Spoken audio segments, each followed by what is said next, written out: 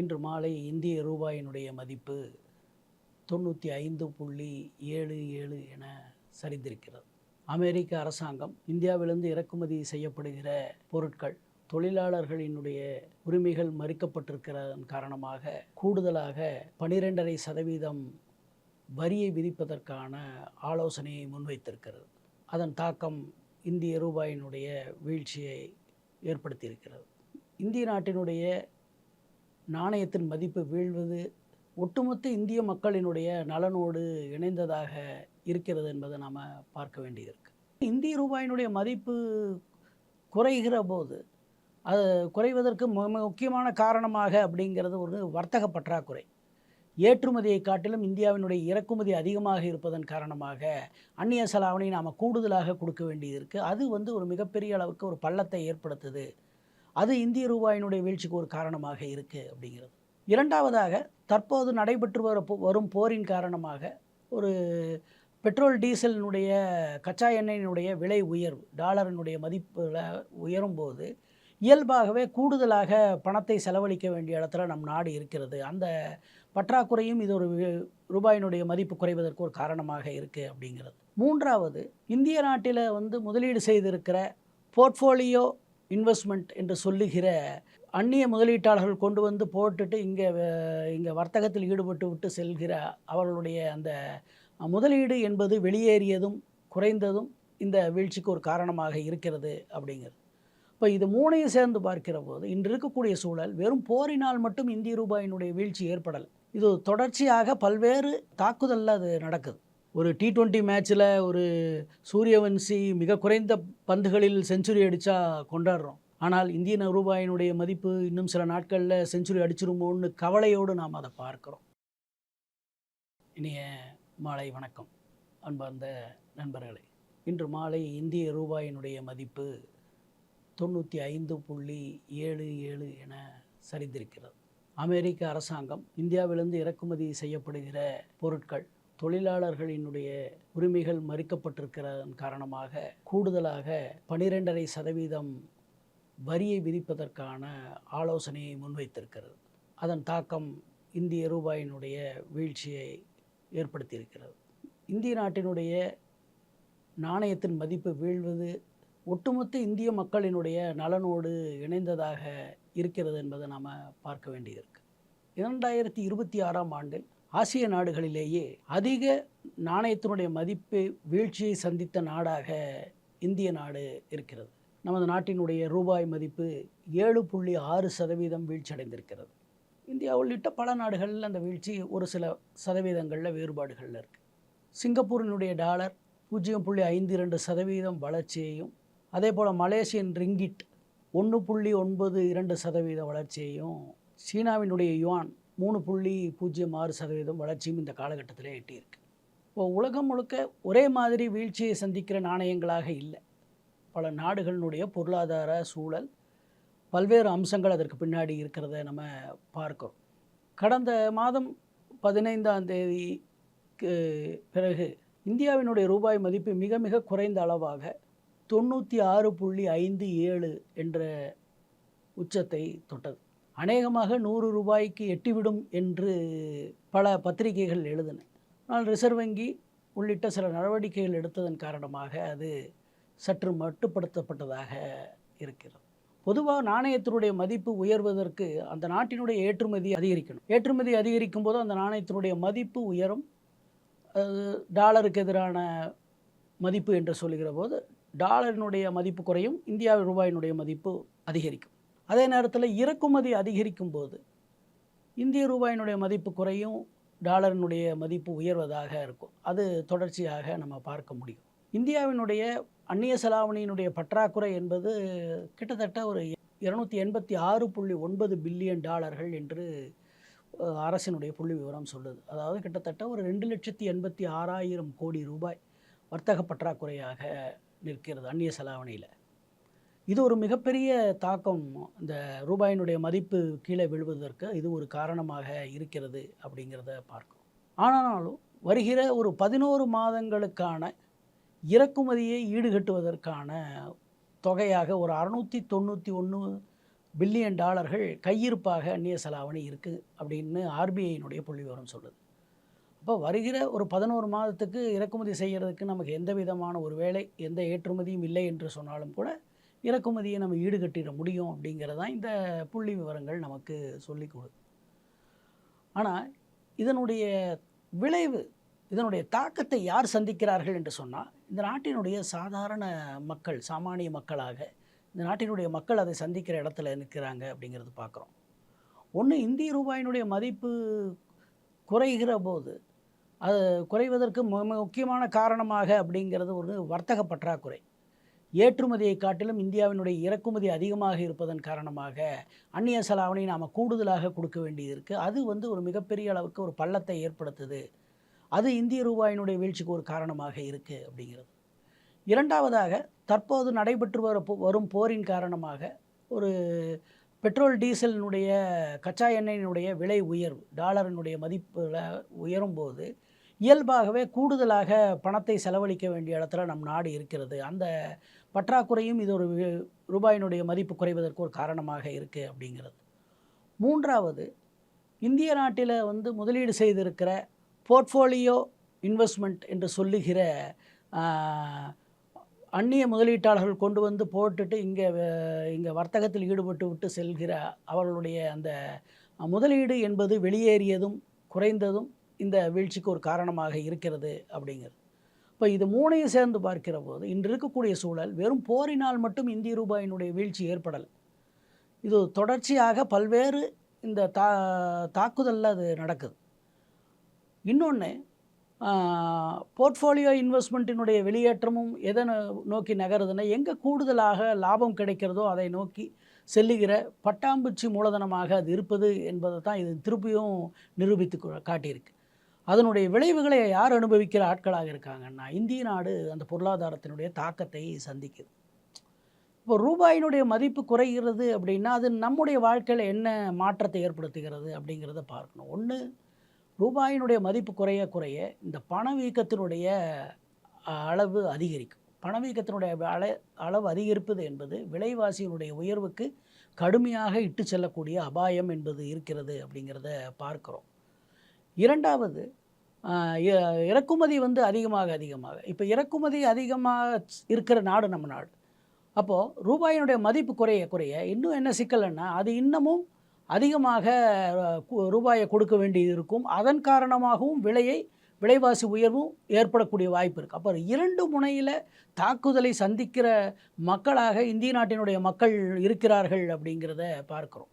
இந்த இடி முழுக்க இந்திய மக்களினுடைய நம் தலையில் தான் விடியுது அப்படிங்கிறத பார்க்க வேண்டியிருக்கு. மூணாவது, இந்த விலைவாசி உயர்வு, ஒன்று பணவீக்கத்தின் காரணமாக வருகிற விலைவாசி உயர்வு, ரெண்டாவது இந்த இறக்குமதியின் காரணமாக ஏற்படுகிற விலை உயர்வு, ரெண்டினாலையும் மக்களினுடைய சேமிப்பு என்பது மிகப்பெரிய அளவில் தாக்குதலை ஏற்படுது. ஒருவேளை கடந்த காலத்தில் தங்களுடைய வருவாயில் ஒரு சிறு பகுதியை சேமிக்கலாம்னு நினைத்த ஆட்களுக்கு இந்த செலவினங்கள் கூடுவதன் காரணமாக அவர்களுடைய சேமிப்பினுடைய அளவு குறையக்கூடிய இடத்துக்கு போகுது அப்படிங்கிறத பார்க்கும். அப்போது அந்த சேமிப்பை பாதுகாப்பதற்கே அவர்கள் கூடுதலாக வருமானம் ஈட்ட வேண்டிய இடத்துல மக்கள் தள்ளப்பட்டிருக்கிறார்கள் அப்படிங்கிறது இருக்குது. இந்த இந்திய ரூபாயினுடைய மதிப்பு கீழே விழுவதிலிருந்து அதை பாதுகாப்பதற்கு ரிசர்வ் வங்கி சில நடவடிக்கைகள் தொடர்ச்சியாக எடுக்குது. சில நாட்களுக்கு முன்னதாக கிட்டத்தட்ட ஒரு 20 பில்லியன் டாலர்கள் அந்நிய செலாவணியை அதற்காக ஒதுக்கீடு செய்து இந்த வீழ்ச்சியிலிருந்து அதை பாதுகாக்கிறதுக்கு ஏதாவது செய்ய முடியுமா என்று ரிசர்வ் வங்கி யோசித்து அந்த சில நடவடிக்கைகளை எடுத்தது. ஆனாலும் இந்த ரூபாயினுடைய மதிப்பு கீழே வீழ்வதை அது தடுக்க முடியவில்லை என்பதை பார்க்கிறோம். ஒருவேளை அந்த நடவடிக்கை கூட ரிசர்வ் வங்கி எடுக்கவில்லை என்று சொன்னால் இன்னும் நம்முடைய ரூபாயினுடைய மதிப்பு மிகவும் கீழே போய் அதனுடைய சுமைகளை அழுத்தமாக சுமக்கிற இடத்துல நாம் வந்திருப்போம் அப்படிங்கிறத நம்ம பார்க்க வேண்டியிருக்கு. அந்நிய முதலீட்டாளர்கள் பட்டாம்பூச்சி மூலதனமாக தங்கள் கைகளில் லாபம் எங்கே கிடைக்கிறதோ அங்கே கூடுதலாக செல்லுகிற இடத்துல அப்போ அந்த சூதாட்ட வர்த்தகத்திற்கு பின்னால் இந்த அந்நிய செலாவணி ஒரு பகுதி இருப்பது என்பது நமக்கு ஒரு மிகப்பெரிய தாக்கத்தை நமக்கு ஏற்படுத்துகிறது அப்படிங்கிறத பார்க்கிறோம். நம்ம கையில், இந்திய நாட்டின் கையில் இருக்கக்கூடிய அந்நிய செலாவணி கூட இன்றைக்கும் பார்த்தோம்னா ஒரு கணிசமான தொகை கடனுக்கான வட்டியை கொடுக்கிற சேவையை செய்வதற்கு அதை ஈடுகட்டுவதற்கு மிகப்பெரிய அளவில் பயன்படுகிறது அப்படிங்கிறத பார்க்குறோம். 2வது ஏற்கனவே சொன்ன மாதிரி வர்த்தக பற்றாக்குறைக்கும் அது ஒரு மிகப்பெரிய சிக்கலை அதை செய்வதற்கே அது பயன்படுத்தப்படுகிறது அப்படிங்கிறத பார்க்கும். அப்போ இதிலிருந்து இந்த நாட்டை பாதுகாக்கணும்னா ஒரே ஒரு தீர்வு தான் இருக்க முடியும். இந்தியாவினுடைய ஏற்றுமதியை உயர்த்துவதற்கான நடவடிக்கைகள் இந்த அரசாங்கத்திடம் வேணும் அப்படிங்கிறது தான். ஆனால் அதற்கான ஒரு சூழல் இங்கே நிலவுகிறதா அப்படின்னு பார்த்தோம்னா கண்டிப்பாக இல்லை அப்படிங்கிறது தான். கடந்த காலத்தில் கூட இந்திய அரசாங்கம் ஒரு பெட்ரோல் டீசலுடைய கச்சா எண்ணெயினுடைய விலை குறைந்த காலத்தில் கிடைத்த பணத்தில் கொஞ்சம் கூடுதலாக அந்நிய செலாவணியை இந்திய அரசாங்கம் வாங்குச்சு. அப்போ வாங்குகிற போது என்னன்னா நமக்கு இன்றைக்கி இந்த அந்நிய செலாவணி நம்ம வாங்கி வைத்திருக்கிறோம்ல, இன்னொரு 11 மாதத்துக்கான இறக்குமதிக்கான அந்நிய செலாவணி நாம் வைத்திருக்கிறோம். ஆனால் அந்த அந்நிய செலாவணி டாலரில் வச்சுருக்கிறோம், அமெரிக்க டாலரில். ஆனால் அந்த டாலர் நமக்கு எவ்வளவு சதவீத வட்டியை ஈட்டி கொடுக்குதுன்னா 1.5% தான் வட்டியை ஈட்டி கொடுக்குது. ஆனால் அதே நேரத்தில் இந்த டாலரை டெபாசிட்டாக கடந்த காலத்தில் ரிசர்வ் வங்கி வாங்கியிருக்கு. அதற்கு கொடுக்கப்பட்ட வட்டி பார்த்திங்கன்னா கிட்டத்தட்ட 7லிருந்து 8%. நீங்கள் 7%, 8% வட்டியை கொடுத்து டாலரை வாங்கி அதிலிருந்து நீங்கள் ₹1.5 ஈட்டுறீங்க அப்படின்னா கிட்டத்தட்ட 6.5லிருந்து 7% வரைக்கும் இழப்பை சந்திக்கிற இடத்துல நம்ம நாடு இருக்குது அப்படிங்கிறது. அந்த பணமும் மக்களினுடைய பணத்திலேருந்து வெளியே போகிறது அப்படிங்கிறத பார்க்குறோம். இது ஒரு மிகப்பெரிய இழப்பாக ஏற்பட்டிருக்கு அப்படிங்கிறது. அப்போது அதாவது கோடிக்கணக்கான மக்களினுடைய வாழ்வாதாரத்தை பாதுகாக்க வேண்டிய இடத்துல சர்வதேச நாடு இருக்கும்போது சர்வதேச நிதி மூலதனம் அதனுடைய ஊக வணிகத்திற்கான அந்த விருப்பு வெறுப்புகளில் மக்களினுடைய வாழ்க்கை சிக்கி சீரழிவு தான் இந்திய ரூபாயினுடைய மதிப்பு குறைவதை நம்ம பார்க்க முடிகிறது. அப்போது இதிலிருந்து வெளியேறுவதற்கு நிறைய ஆலோசனைகள் முன்வைக்கப்படுகிறது.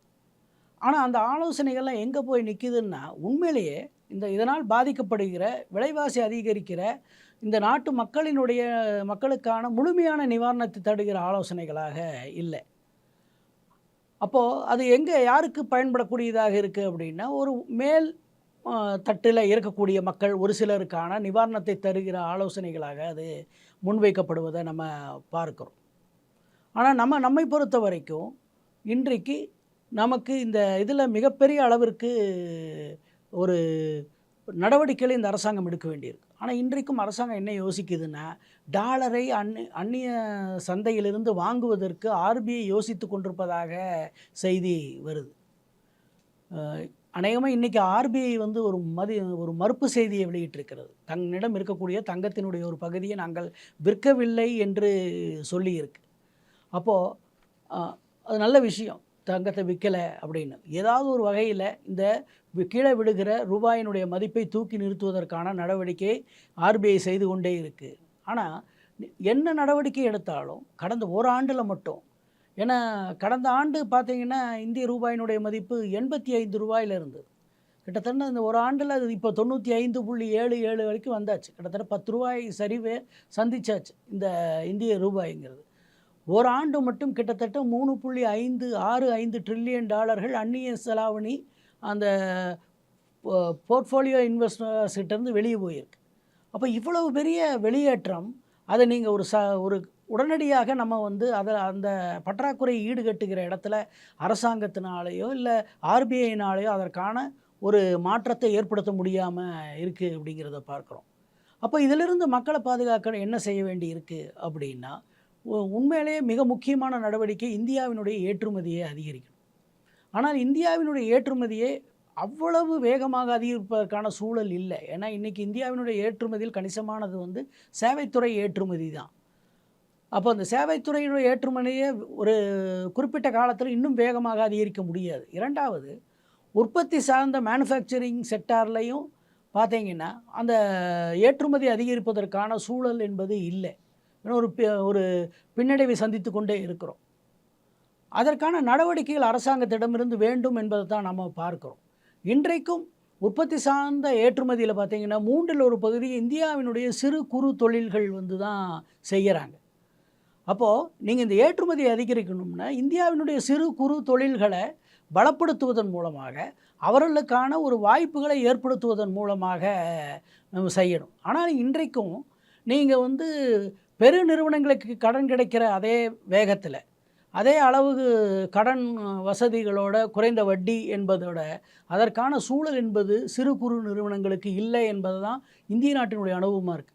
அப்போது நீங்கள் உடனடியாக ஏற்றுமதியை அதிகரிப்பதற்கான ஒரு சூழல் என்பது இந்திய நாட்டினுடைய பொருளாதாரத்தில் இப்போ இல்லாத ஒரு நிலைமை என்பது நீடித்திருக்கிறது அப்படிங்கிறத பார்க்குறோம். அப்போ அது ஒரு பெரிய சிக்கலாக இருக்குது அப்படின்னு. இப்போ இதிலிருந்து மாற்றத்தை ஏற்படுத்தணும் அப்படின்னா இன்றைக்கு அமெரிக்கா இப்போது தற்போது அறிவித்திருக்கிற உத்தேசித்திருக்கிற வரி உயர்வு, இதே போல் கடந்த காலத்திலையும் அமெரிக்கா பல நடவடிக்கைகள் எடுத்து, இப்போ அமெரிக்காவின் நடவடிக்கைகளில் பல நாடுகள் பாதிக்கப்பட்டிருக்கு. அப்போ அந்த பாதிக்கப்பட்ட நாடுகளோட இந்தியா ஒப்பந்தங்களை செய்வதன் மூலமாக இதை எதிர்கொள்ளலாம். ஆனால் அது எந்த திசையில் இருக்கணும்னா, இப்போ ரஷ்யாவோட கச்சா எண்ணெய் வாங்குகிற போது இந்திய ரூபாயில் வாங்கிக்கிட்டாங்க ரஷ்யா. ஈரானும் இந்திய ரூபாயில் வாங்கி கொண்டது. அப்போ என்ன ஆச்சுன்னா அவங்களுக்கு இந்திய ரூபாயை ஓரளவிற்கு வீழ்ச்சியிலிருந்து பாதுகாக்க முடியும். அப்போ அந்த 2 நாடுகளுக்கான வர்த்தகங்களில் வந்து ரூபாய்க்குள்ளே நடக்கும்போது நம்முடைய நாட்டினுடைய ரூபாயின் மதிப்பு வந்து ஒரு பாதுகாப்பானதாக இருக்க முடியும்.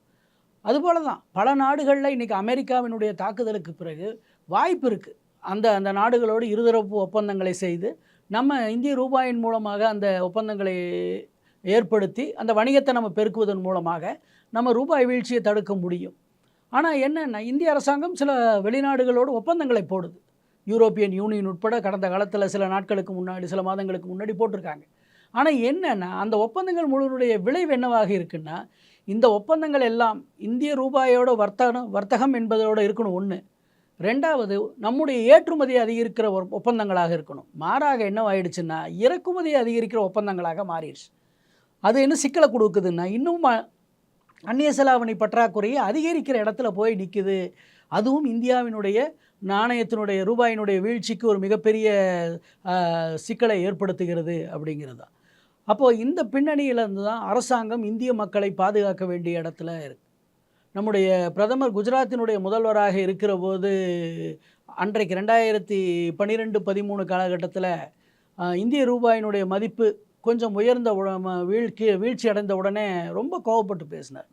இந்திய நாட்டினுடைய ரூபாய் மதிப்பு என்பது என்ன ஒரு நாணயம் மட்டுமா? அது இல்லை, இந்த நாட்டினுடைய இந்த கண்ணியத்தை சம்பந்தப்பட்டது, கண்ணியம் சம்பந்தப்பட்டது, இந்த நாட்டினுடைய பலம் சம்பந்தப்பட்டது அப்படின்னு சொன்னார்.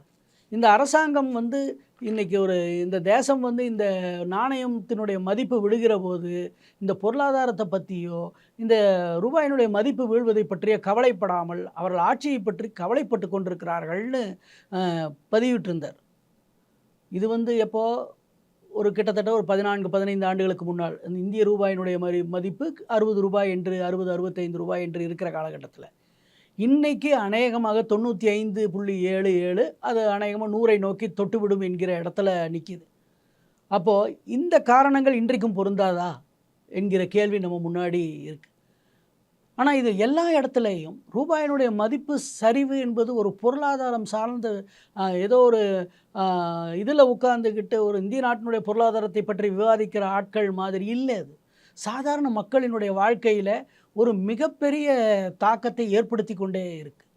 அதனால தான் அவர்களுடைய ஏற்கனவே வாங்கும் சக்தியை இழந்திருக்கிற மக்கள்கிட்ட இன்னமும் இந்த விலைவாசி உயர்வு இன்னும் அழுத்தத்தை ஏற்படுத்துகிறது என்பதை தான் நம்ம பார்க்குறோம். 4 மாதத்துக்கு முன்னாடி உச்சநீதிமன்றம் ஒரு கருத்தை சொன்னது. தொழிலாளர்களுக்கான பிஎஃப்கான அந்த ஊதியத்தை 15,000 உயர்த்த வேண்டும், ஒரு 4 மாத காலத்துக்குள் நடவடிக்கை எடுக்கணும்னு சொன்னாங்க. ஆனால் இன்றைக்கு மத்திய அரசாங்கம் அடுத்த சர்க்குலர் ரிலீஸ் பண்ணியிருக்காங்க. இன்றைக்கும் அந்த 15,000ங்கிற சீலிங்கை உயர்த்தலை. கேட்டால் என்ன சொல்கிறாங்க அப்படின்னா அது வந்து முதலாளிகளுக்கு மிகப்பெரிய சிக்கலை உருவாக்கும். நம்ம கேள்வி என்ன அப்படின்னா இந்திய ரூபாயினுடைய மதிப்பு வீழ்கிற போதெல்லாம் அதனுடைய சுமைகளை யார் சுமக்கிறார்கள்? சாதாரண மக்கள் சுமக்கிற இடத்துல வந்து நிற்கிறோம். ஏற்கனவே அவர்களுடைய வாழ்க்கையில் படுகிற துன்ப துயரங்கள்லேருந்து அதில் ஒரு பாதுகாப்பை ஏற்படுத்த வேண்டிய அரசாங்கம், இந்த ரூபாயினுடைய மதிப்பை இன்னும் பலப்படுத்துகிற வகையில் நடவடிக்கைகளை எடுக்க வேண்டிய அரசாங்கம் அதிலிருந்து இது விலகி நிற்பது தான் நம்ம கவலையோடு பார்க்க வேண்டிய இடத்துல இருக்குது. ஒரு வணிக இதழில் தான் குறிப்பிட்டிருந்தாங்க, இந்த அரசாங்கம் இந்த ரூபாய் வீழ்ச்சியிலிருந்து மக்களை எப்படி பாதுகாக்கப் போகிறது அப்படிங்கிற கேள்வியோடு சில ஆலோசனைகள் முன்வைக்கப்பட்டது. இது பொதுவாக இது தொழிற்சங்க மேடைகளிலிருந்தோ இல்லை இதில் இருந்தோ ஒரு வைக்கப்பட்ட ஆலோசனைகள் அல்ல.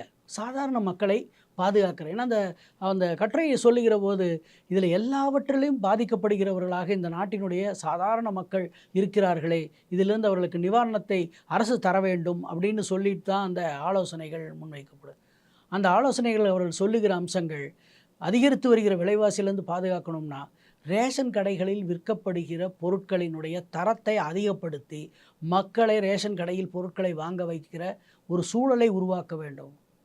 இது செய்யணும்னா அது ஒரு மிகப்பெரிய ஒரு மாற்றத்திற்கு இந்த அரசாங்கம் தயாராகணும். ஏன்னா அப்படி செஞ்சால் தான் அதிகரித்து வருகிற விலைவாசியிலேருந்து மக்களை பாதுகாக்க முடியும்.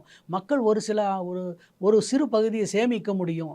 ஒருவேளை இந்திய நாட்டினுடைய மூலதனமாக அதை பயன்படுத்தி கொண்டு ஒரு அந்நிய மூலதனத்திலிருந்து இந்திய ரூபாயினுடைய வீழ்ச்சிக்கு அதை ஒரு ஒரு முட்டு கொடுப்பதற்காக அதை பயன்படுத்துகிற சூழலை உருவாக்க முடியும். ஆனால் அதற்கு இந்த அரசாங்கம் தயாராக இருக்குமா என்பதுதான் கேள்வியாக நிற்கிறது அப்படிங்கிறது. இரண்டாவதாக அது மட்டும் இல்லை, அடுத்தது என்ன சொல்கிறாங்கன்னா, மக்கள் அதிகமாக பயன்படுத்தும் அத்தியாவசிய பொருட்கள் வெங்காயம் உட்பட காய்கறிகளோ பொருட்கள் மளிகை பொருட்களோ அதையெல்லாம் ஒரு நல்ல விலைவாசியை கட்டுப்படுத்தி கள்ளச்சந்தையிலிருந்து பதுக்குவதை தடுத்து விலைவாசி அதிகரிக்காமல் அதிலிருந்து ஒரு பாதுகாத்து மக்களுக்கு சந்தையில் நியாயமான விலையில் கிடைப்பதை அரசாங்கம் உறுதி செய்ய வேண்டும். இது இந்த உலகமயமாக்கல் கொள்கைக்கு நேர் எதிரான ஒரு அம்சத்தை உள்ளடக்கி இருக்கிறதாக அது இருக்குது அப்படிங்கிறத பார்க்கிறோம். மூணாவதாக அரசாங்கம் அது மட்டும் இல்லை, இன்றைக்கு மக்கள் கூடுதலாக செலவு செய்கிற இடங்கள் எதுவாக இருக்குது அப்படின்னா மருத்துவமனைகளில் குழந்தைகளுக்கு கல்விக்கான இதாக இருக்குது. அப்போ அரசு மருத்துவமனைகளை கொஞ்சம் கூடுதலாக முதலீடு செய்து அதை இன்னும் பலப்படுத்தி மக்கள் அரசு மருத்துவமனையை பயன்படுத்துவதன் மூலமாக, அதே போல் அரசு கல்வி நிலையங்களை பயன்படுத்துவதன் மூலமாக மக்களை அதில் கொஞ்சம் மாற்றணும் அப்படின்னா நிச்சயமாக அவர்களுடைய செலவினங்களை குறைக்க முடியும், கட்டுப்படுத்த முடியும்.